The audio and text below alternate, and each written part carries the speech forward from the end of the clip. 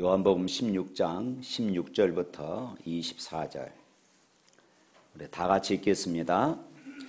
조금 있으면 너희가 나를 보지 못하겠고 또 조금 있으면 나를 보리라 하시니 제자 중에 서로 말하되 우리에게 말씀하신 바 조금 있으면 나를 보지 못하겠고 조금 있으면 나를 보리라 하시며 또 내가 아버지께로 감이라 하신 것이 무슨 말씀이냐 하고 또 말하되 조금 있으면 이라 하신 말씀이 무슨 말씀이냐 무엇을 말씀하시는지 알지 못하노라 하거늘 예수께서 그 묻고자 함을 아시고 이르시되 내 말이 조금 있으면 나를 보지 못하겠고 또 조금 있으면 나를 보리라 하므로 서로 문의하느냐 내가 진실로 진실로 너희에게 이르노니 너희는 곡하고 애통하겠으나 세상은 기뻐하리라 너희는 근심하겠으나 너희 근심이 도리어 기쁨이 되리라 여자가 해산하게 되면 그때가 이르렀으므로 근심하나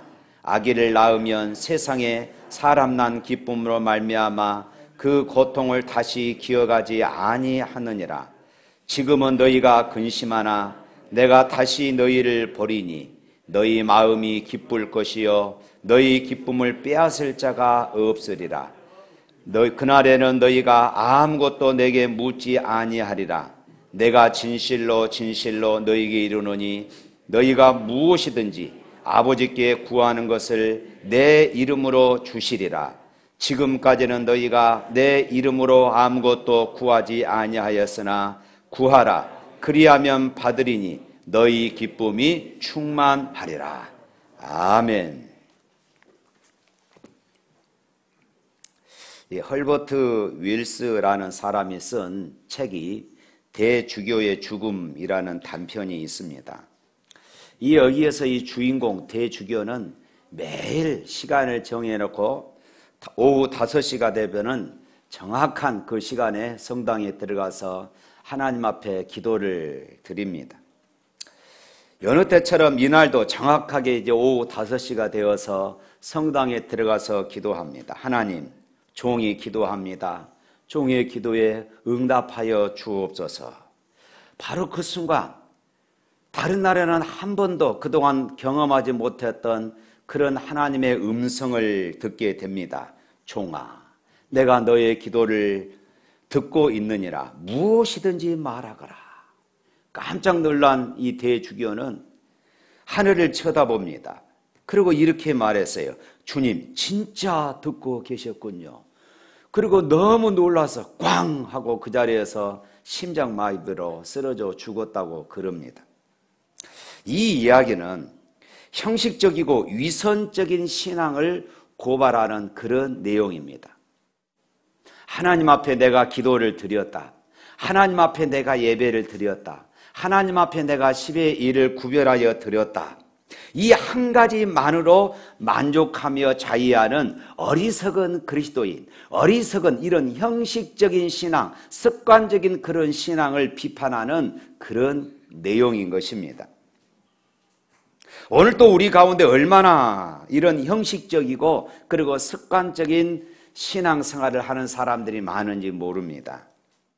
이 예배 가운데 하나님이 임재하셔서 우리의 예배를 받으신다는 놀라운 확신, 그리고 우리가 기도할 때마다 하나님이 들으시고 응답하셔서 내가 기도하는 그 기도보다 더 놀라운 풍성한 은혜를 주신다는 그런 사실을 믿으시기를 축원합니다.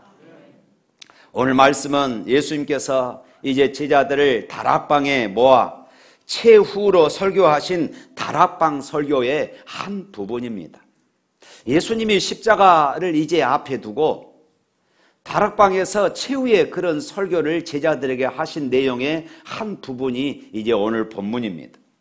특별히 오늘 본문에서 23절, 24절 말씀 중에 기도를 통하여서 제자들과 함께 하시겠다 이렇게 약속하고 계십니다. 지금 예수님께서 십자가를 목전에 두시고 제자들 앞에서 고별 설교를 하는 시간이었습니다. 금방 우리는 이제 수심에 가득 찬 제자들의 모습을 상상할 수가 있습니다. 뿐만 아니라 예수님께서 자기들이 깨닫지 못한 그런 말씀들을 하시니까 이제 방금 읽었던 것처럼 마음에 어떤 의문을 품는다든지 또 이상한 이런 생각이 들었을 것입니다. 주님의 모습을 대하는 마지막 순간일지도 모른다는 생각에 이제 제자들의 모습은 슬픔에 그렇게 잠겨 들어가는 그런 모습이 되었습니다. 착잡한 심정을 가눌 길이 없었습니다. 우리 유아실로 좀 들어가십시오.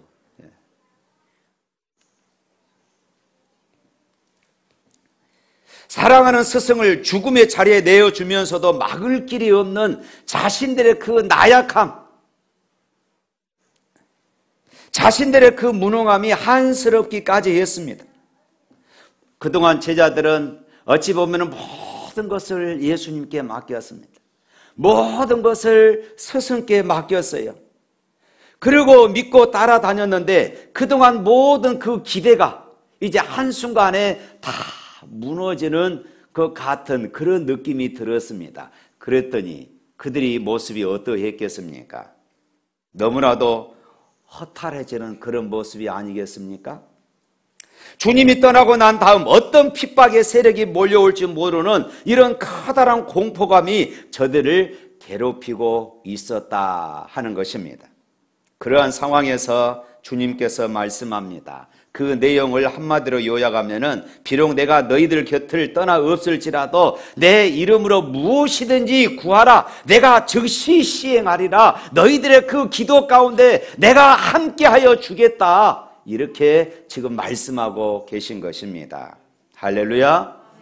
신구약 성경에는 이 구하다라는 이 뜻을 가진 동사가 적어도 17가지 이상이 나오는데 신약 성경에만 이 구하다라는 이 동사가 11가지가 등장합니다.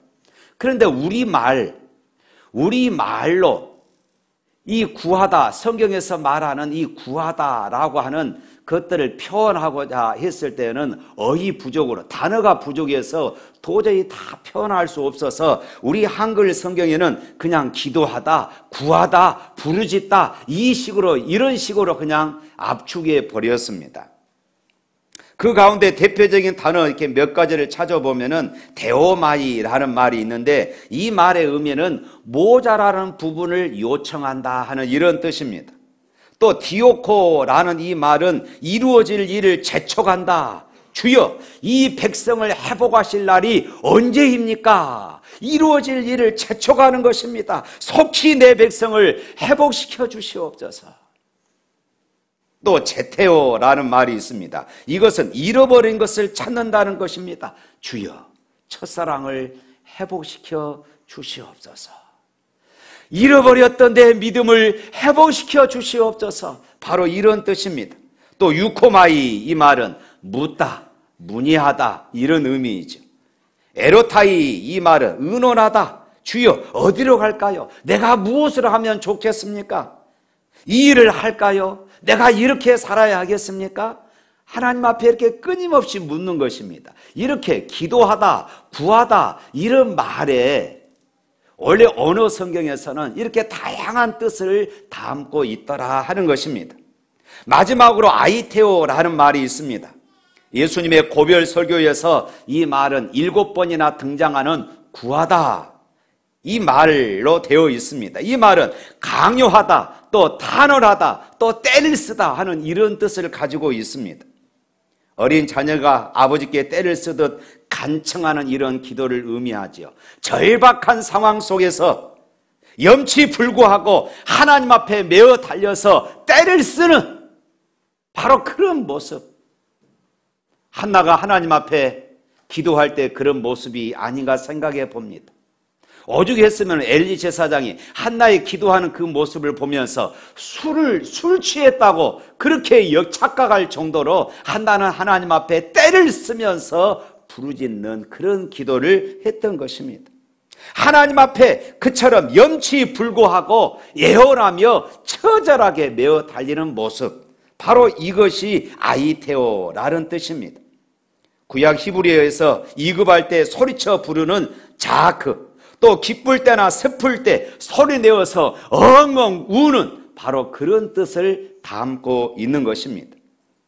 여기에는 바로 이 아이테오, 구약에서는 아락이라는 말입니다. 이 말의 의미는 순서를 밟아서 차근차근 찾는 행위를 말하는 것이 아닙니다. 열광적으로 허덕이면서 무엇인가 갈급해야 하는 그런 모습, 바로 이것이 아이테오라는 뜻이죠.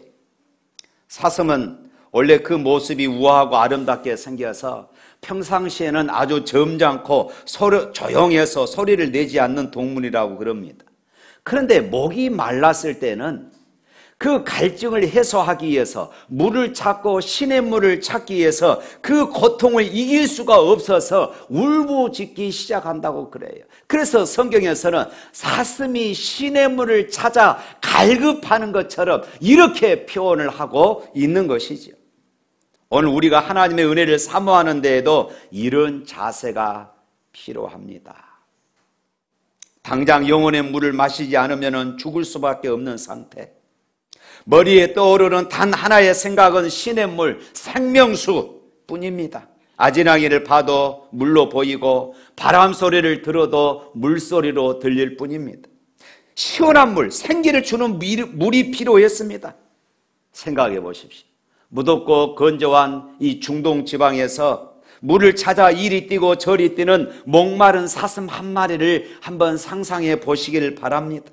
물을 마시지 못해서 혓바닥을 내밀고 헉헉거리는 그 모습, 바로 이것이 아락, 아이테오, 바로 이런 의미라는 것이지요. 하나님이여, 당신이 나를 축복하지 않으면 나는 내 삶을 살 수가 없습니다. 당신이 나를 축복하지 않으면 가게 할 수 없나이다. 부러진 한도뼈를 질질 끌면서도 하나님을 붙들고 끝까지 예언하는 야곱의 모습이 바로 이런 모습입니다. 이것이 오늘 저와 여러분들의 모습 가운데 나타나야 한다는 것입니다. 오늘 우리가 살아가고 있는 이 시대가 어떤 시대입니까? 오늘 여러분들의 상황은 어떠합니까? 기도하지 않고도 승리할 수 있으며 우리 자녀들은 우리의 기도가 없어도 이 험악한 세상에서 과연 정결한 영혼으로 승리하며 살아갈 수 있겠습니까? 하나님의 자녀들도 생존 경쟁의 대열에서 진흙밭을 뒹구는 한 마리 짐승처럼 살 수밖에 없는 그런 세상 아닙니까? 구원받은 성도라도 날마다 웃고만 살 수 없는 상처투성이의 그런 인생이 바로 우리들의 모습입니다. 그럼에도 불구하고 어찌 우리가 기도하지 않을 수 있겠어요? 낙심과 상심, 허탈과 공포, 불안과 착잡함, 이것이 오늘 마지막 골별 설교를 하고 계시는 주님을 바라보는 그런 제자들의 모습이었다, 이것입니다. 질병과 사고, 배신과 기만, 참을 수 없는 울분과 억울함, 바로 내가 살아야 되겠다, 말씀 붙잡고 살아야 되겠다 하는 이런 다짐들이, 이런 결심들이 허무하게 무너져가는 영적인 실패와 타락, 이런 상황 속에서 어찌 우리가 기도하지 않을 수 있겠습니까? 인생의 살벌한 경쟁 대열에서 낙오자가 되어 이리 밀리고 저리 밀리고 있다가 느낄 때, 내 인생에서 내가 성공하지 못하고 실패하고 있다고 느끼고 이럴 때에 겪어야 하는 그런 수치감, 패배감, 이런 모습들이 어떻게 우리가 회복하고 치유될 수 있겠습니까? 한없는 상처를 안고 살아가는 현대인들, 저들이 어찌 기도하지 않고 무사히 하나님의 나라에, 영원한 천국에 도착할 수 있겠습니까? 아이들이 놀다가 다칩니다. 그럼 아이들의 반응은 그 자리에서 엉 울고 엄마한테 달려갑니다. 엄마는 그 아이를 끌어안고 괜찮아, 괜찮아. 그러고 안아줘 버리면 아이는 금방 눈물을 그칩니다. 이 땅을 살아가는 그리스도인들의 진정한 행복이 있다고 하면 전능하신 하나님, 나의 삶의 모든 것을 알고 계신 하나님, 내가 달려갈 때마다 나를 거절하지 않으시고 나를 안아주시고 나를 품어주시는 자비로우신 그분의 품, 역사의 운행자가 되시며 만왕의 왕 되신 하나님 아버지의 품이 있다고 하는 것, 이것이 오늘 우리들에게 얼마나 큰 행복입니까? 그런데요, 현대 그리스도인들의 모습은 어떻습니까? 이런 분명한, 이 말씀에 대한 분명한 확신이 부족해요. 흔들립니다.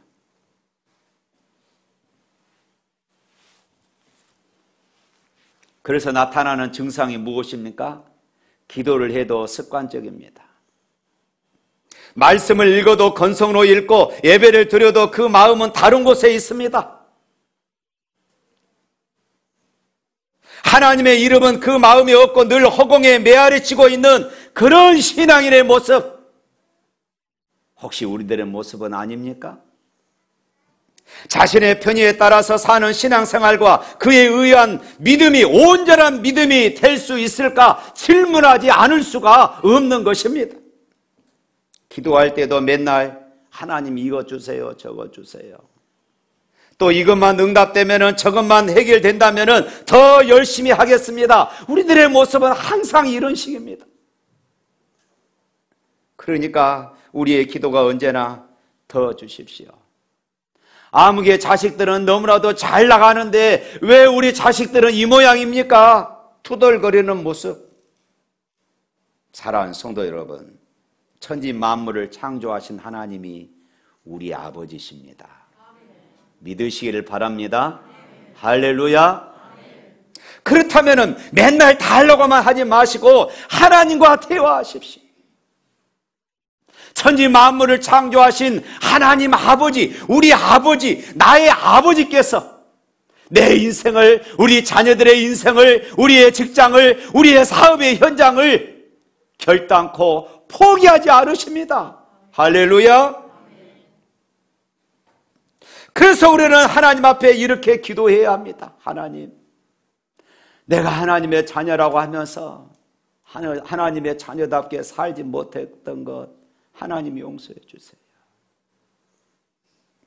하나님을 사랑한다고 하면서 하나님의 그 사랑에 부응하지 못한 삶을 용서하여 주세요. 그러나 하나님, 정말 하나님 사랑합니다. 이렇게 여러분 고백해 보세요. 하나님이 역사하실 줄로 믿습니다. 오늘 본문은 기도에 관한 교훈을 하는 가운데 대단히 독특한 단어를 쓰고 있습니다. 23절 말씀 다시 한번 읽어볼까요? 23절, 그날에는 너희가 아무것도 내게 묻지 아니하리라.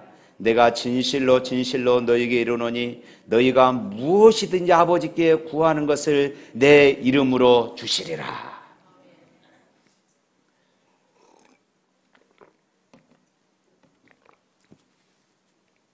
오늘 말씀에 보니까 무엇이든지 구하라 이렇게 말씀하고 있어요. 무엇이든지 구하라고 했을 때 사실은 무엇이든지 이 말은 기도의 본질을 깨뜨리는 것이에요. 그런데 본문은 우리에게 무엇이든지 구하라 이렇게 말씀하고 있습니다. 언제나 기도에는요, 기도하는 바른 정신이 있고 기도하는 바른 자세가 있고 기도의 바른 순서가 있습니다. 기도에는 일정한 순서가 있고 하나님이 기뻐하시는 내용과 하나님이 기뻐하시는 형식이 있는 것입니다. 정욕을 위해 구하는 기도는 구해도 얻지 못합니다. 예수님이 본을 보여주셨듯이 내 온대로 마옵시고 아버지의 온대로 하옵소서, 이 진실한 고백 없이 어찌 기도라고 이렇게 말할 수 있겠습니까?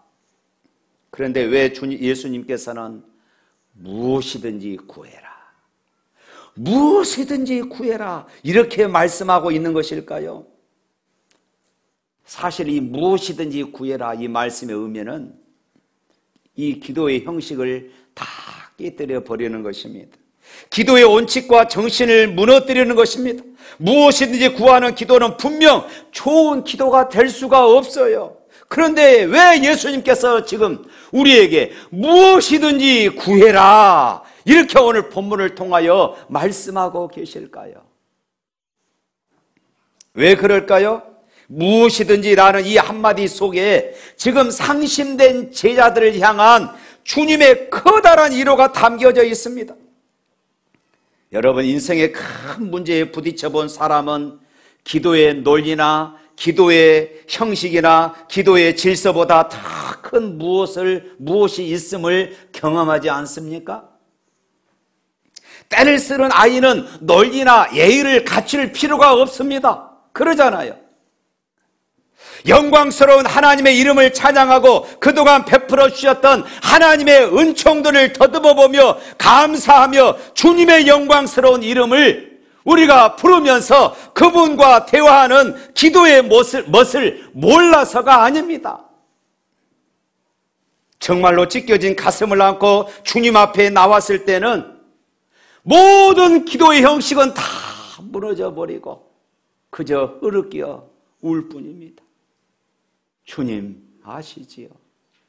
그리고 엉엉 울어버리는 것입니다. 그 울음 속에 모든 기도가 다 포함되어져 있는 것이에요.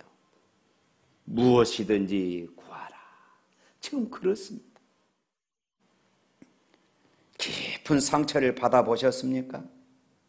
무너져가는 사업을 붙들고 몸부림해 보신 적이 있으십니까? 무서운 공포와 불안에 휘말려 보신 적이 있으십니까? 이런 사람들에게는 무엇이든지 구하라는 주님의 말씀이 얼마나 큰 위로가 되는지 몰라요. 기도의 형식 소용이 없습니다. 이게 얼마나 기도의 자유를 주는 말씀입니까? 무엇이든지 바로 주님이 우리에게 주시는, 자녀들에게 주시는 특권입니다. 마음껏 주님 앞에 부르지 않을 수 있는 무엇이든지의 이 권세, 무엇이든지의 특권,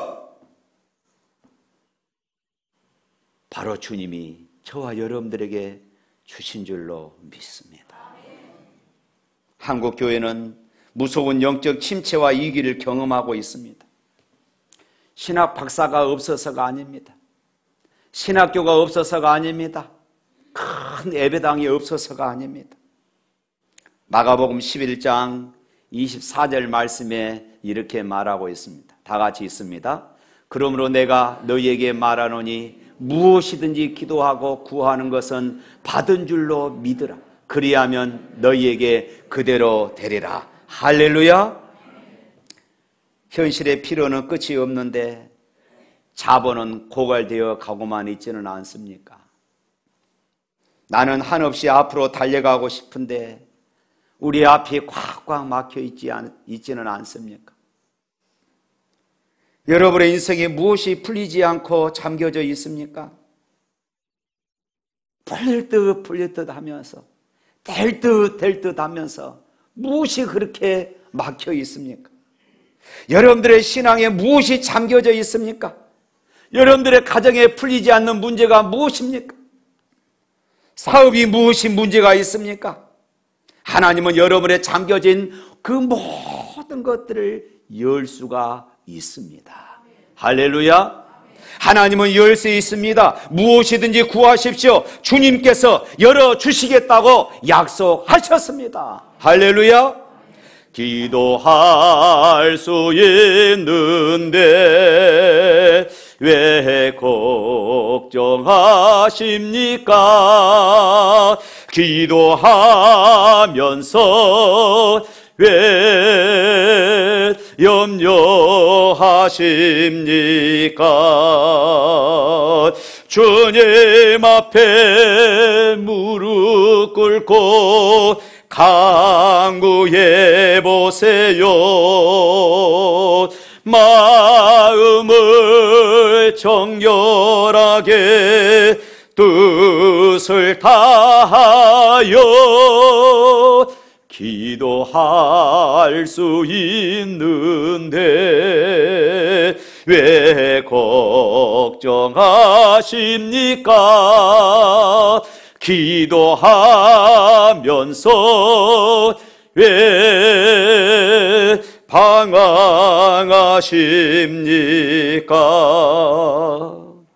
할렐루야.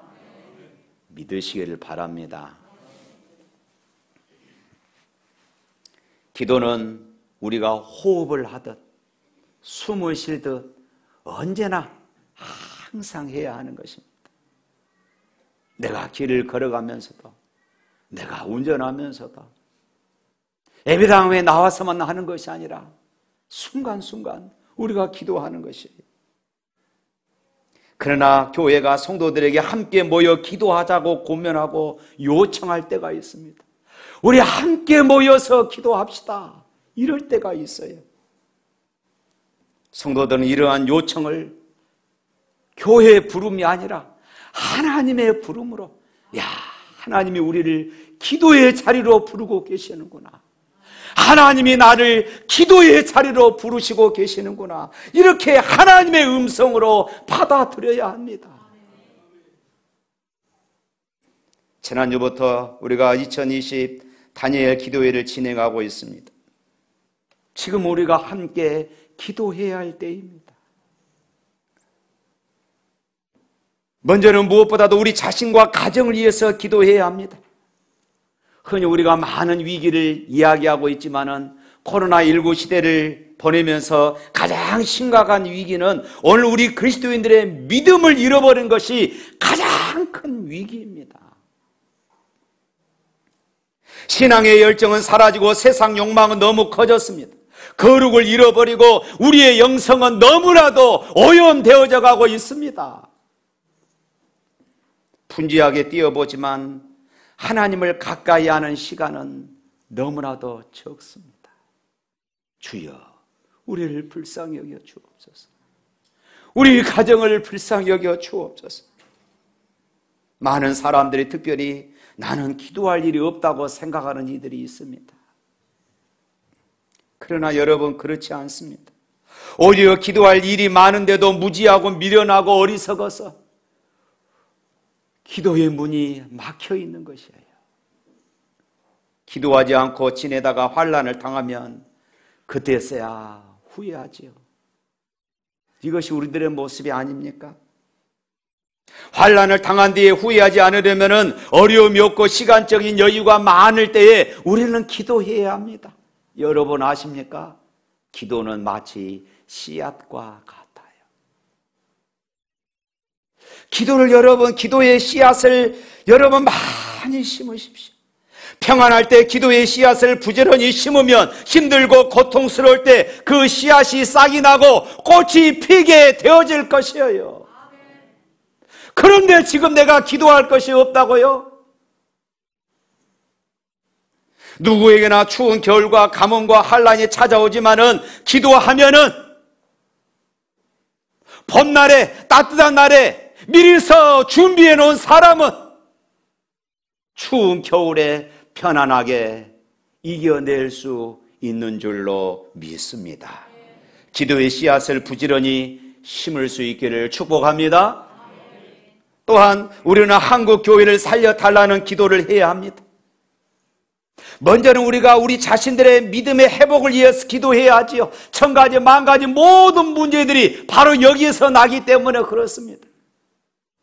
그리고 더 나아가서는 이제 한국 교회를 위해서 기도해야 하지요. 주여, 우리 한국 교회를 회복시켜 주옵소서. 촛대를 옮기지 말아 주옵소서. 성령을 거두지 마옵소서. 그날의 부흥을 다시 주시옵소서. 개혁자들의 영성과 복음이 다시 되살아나게 하여 주시옵소서. 특별히 저는 어제 저녁에 다니엘 기도의 그 간증을 들으면서 큰 충격을 받고 너무나도 부끄러웠습니다. 우리 같은 목사들이 잘못해서 먼저 믿는 우리가 또 잘못해서 실망하고 떠난 그런 젊은이들이 얼마나 많은지 모릅니다. 여러분, 가난한 교인 아시지요? 거꾸로 하면은 안 나간 교인들입니다. 교회를 안 나가는 교인이에요. 코로나19로 인하여 그동안 비대면 예배를 드리면서 이제는 쉬는 것이 자연스럽고 주일날 늦잠 자는 것이 너무나도 자연스럽고 그것이 행복한 것입니다.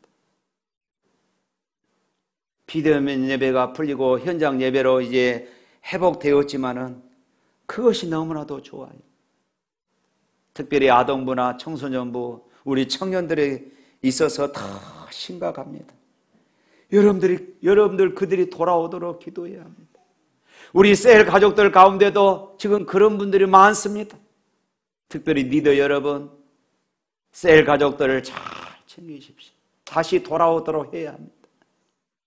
사랑하는 성도 여러분, 정말로 함께 기도하고 싶지 않으십니까? 정말로 하나님을 가까이에서 만나 뵙고 싶지 않습니까? 정말로 순결하게 살고 싶지 않습니까? 정말로 하나님이 기뻐하는 자녀로 살고 싶지 않으십니까? 이 땅에는 예수님 외에는 참 소망이 없음 여러분 기억하시기를 바랍니다. 세상에 그 무엇도 우리에게 참된 소망이 될 수가 없어요. 이 세상에는 나를 끝까지 도와주실 리가 없다는 것입니다.